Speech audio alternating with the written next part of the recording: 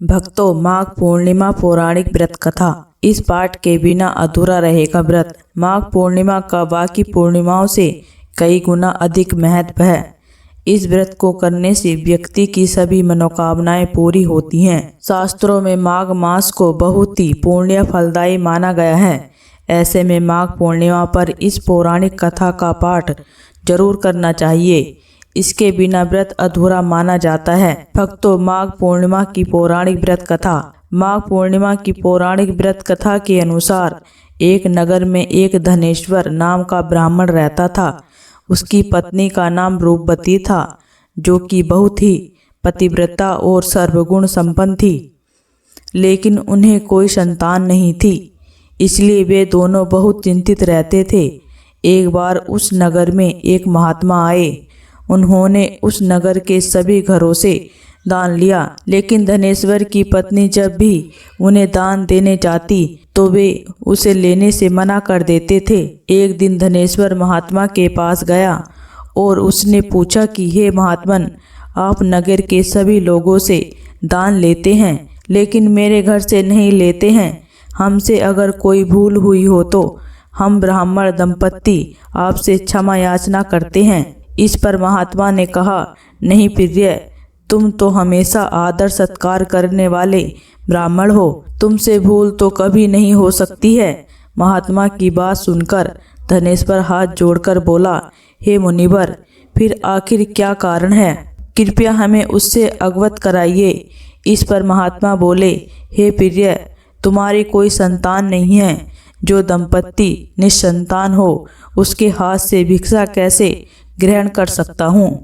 तुम्हारे द्वारा दिया गया दान लेने के कारण मेरा पतन हो जाएगा। बस यही कारण है कि मैं तुम्हारे घर से दान स्वीकार नहीं कर सकता। महात्मा के ऐसे बोल सुनकर धनेश्वर उनके चरणों में गिर पड़ा और विनती करते हुए बोला, हे महात्मन, संतान ना होना ही तो हम पति पत्नी के जीवन की सबसे बड़ी निराशा है। यदि संतान प्राप्ति का कोई उपाय हो तो बताने की कृपा करिए मुनिवर।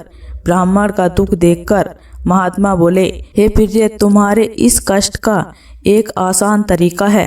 तुम्हें 16 दिनों तक श्रद्धा पूर्वक काली माता की पूजा कर उन्हें प्रसन्न करना होगा, तो उनकी कृपा से अवश्य तुम्हें संतान की प्राप्ति होगी। इतना सुनकर धनेश्वर बहुत खुश हुआ। उसने महात्मा का आभार प्रकट किया और घर आकर पत्नी को सारी बात बताई। इसके बाद धनेश्वर मां काली की उपासना के लिए वन चला गया। ब्राह्मण ने पूरे 16 दिन तक काली माता की पूजा की और उपवास रखा। उसकी भक्ति देखकर और विनती सुनकर काली माता ब्राह्मण के सामने आ गई और बोली, हे धनेश्वर, तू निराश मत हो।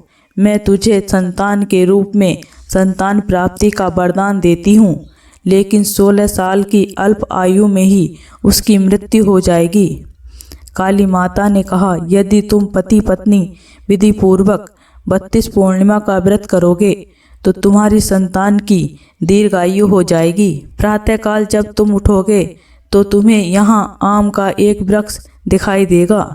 उस पेड़ से एक फल तोड़ना और ले जाकर अपनी पत्नी को खिला देना। शिवजी की कृपा से तुम्हारी पत्नी गर्भवती हो जाएगी। इतना कहकर माता अंतर्ध्यान हो गई। प्रातःकाल जब धनेश्वर उठा तो उसे आम का वृक्ष दिखा, जिस पर बहुत ही सुंदर फल लगे थे। वो काली माँ के कहे अनुसार फल तोड़ने के लिए वृक्ष पर चढ़ने लगा। उसने कई बार प्रयास किया, लेकिन फिर भी फल तोड़ने से असफल रहा। तभी उसने गणेश भगवान का ध्यान किया और गणपति की कृपा से इस बार तो वृक्ष पर चढ़ गया और उसने फल तोड़ लिया। धनेश्वर ने अपनी पत्नी को वो फल दिया, जिसे खाकर वो कुछ समय बाद गर्भवती हो गई। दंपत्ति काली माँ के निषेध के अनुसार हर पूर्णिमा पर दीप जलाते रहे। कुछ दिन बाद भगवान शिव की कृपा हुई और ब्राह्मण की पत्नी ने एक सुंदर बेटे को जन्म दिया, जिसका नाम उन्होंने देवीदास रखा। जब देवीदास 16 वर्ष का होने को हुआ तो माता पिता को चिंता लगने लगी कि इस वर्ष उसकी मृत्यु न हो जाए। इस पर उन्होंने देवीदास के मामा को बुलाया और कहा, तुम देवीदास को विद्या ध्यान के लिए काशी ले जाओ और 1 वर्ष बाद वापस आना। दंपति पूरी आस्था के साथ पूर्णमासी का व्रत कर पुत्र के दीर्घ आयु होने की कामना करते रहे। काशी प्रस्थान के दौरान मामा भांजे एक गांव से गुजर रहे थे। वहां एक कन्या का विवाह हो रहा था। विवाह होने से पूर्व ही उसका वर अंधा हो गया। तभी वर के पिता ने देवीदास को देखा और मामा से कहा, तुम अपना भांजा कुछ समय के लिए हमारे पास दे दो, विवाह संपन्न हो जाएगा, उसके बाद ले जाना।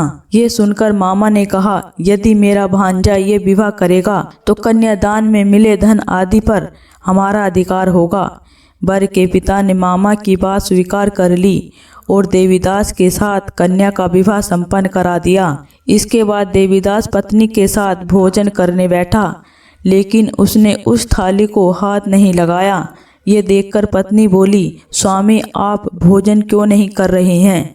आपके चेहरे पर उदासी कैसी है? तब देवीदास ने सारी बात बताई। यह सुनकर कन्या बोली, स्वामी मैंने अग्नि को साक्षी मानकर आपके साथ 7 फेरे लिए हैं। अब मैं आपके अलावा किसी और को अपना पति स्वीकार नहीं कर सकती हूँ। पत्नी की बात सुनकर देवीदास ने कहा, ऐसा मत कहो, मैं अल्प आयु हूँ। कुछ ही दिनों में 16 वर्ष की आयु होते ही मेरी मृत्यु हो जाएगी। इस पर उसकी पत्नी ने कहा कि स्वामी जो भी मेरे भाग्य में लिखा होगा वो मुझे स्वीकार है।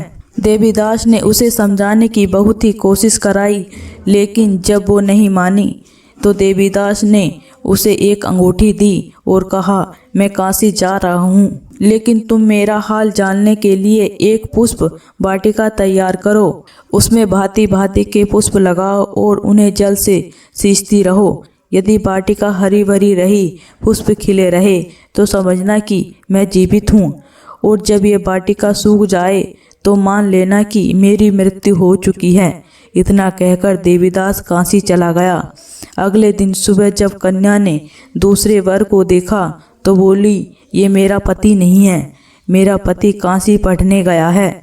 यदि इसके साथ मेरा विवाह हुआ है तो बताइए कि रात्रि में मेरे और इसके बीच क्या बातें हुई थी और इसने मुझे क्या दिया था। ये सुनकर वर बोला, मुझे कुछ नहीं पता, और पिता पुत्र वहां से वापस चले गए। उधर एक दिन प्रातःकाल एक सर्प देवीदास को डसने के लिए आया, लेकिन उसके माता पिता द्वारा किए जाने वाले पूर्णिमा व्रत के प्रभाव के कारण वो उसे डस नहीं पाया। इसके बाद काल स्वयं वहां आए और उसके शरीर से प्राण निकाल लिए। देवीदास बेहोश होकर गिर पड़ा। तभी वहां माता पार्वती और शिवजी आए। देवीदास को बेहोश देखकर देवी पार्वती बोली, हे स्वामी, देवीदास की माता ने 32 पूर्णिमा का व्रत रखा था, उसके फलस्वरूप कृपा आप इसे जीवन दान दें।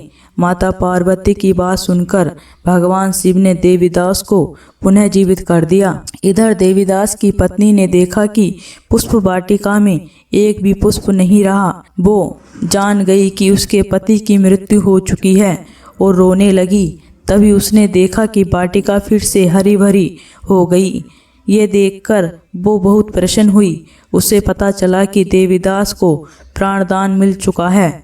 जैसे ही देवीदास 16 वर्ष का हुआ, मामा भांजा काशी से वापस चल पड़े।